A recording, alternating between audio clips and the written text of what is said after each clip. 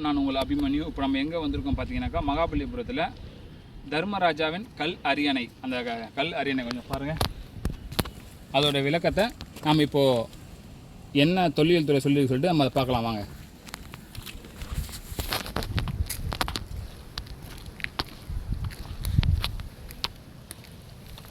இங்கே பாருங்கள், இந்திய தொல்லியல் துறை தர்மராஜா கல் அரியணை. பல அழகிய குகை கோயில்கள் கொண்ட இவ்விடத்தில் முற்று பெறாத பல செதுக்குகள் உள்ளன. அவற்றில் ஒன்றுதான் தர்மராஜா கல் அரியணையாகும். இது ஒரே கல்லால் செதுக்கப்பட்ட சிங்க உருவம் கொண்ட பெரிய செவ்வடிக அரியணையாகும்.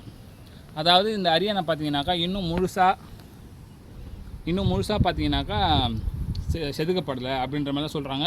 இங்கே நிறையா குகைக்கோள்களும் இருக்குது. அந்த குகைக்கோள்கள் எதுவுமே முழுமையடையலை, கருவறை முழுமையடையாத பட்சத்தில் தான் இந்த மாதிரி நம்ம வந்து பார்வையிட்டு கொண்டு இருக்கிறோம். அந்த அரியணை பார்த்தீங்கன்னாக்கா அந்த காலத்திலே ஒரே கல்லில் சிங்கம் வச்சு அரியணை செஞ்சுருக்காங்க. அந்த அரியணை கொஞ்சம் பாருங்கள்.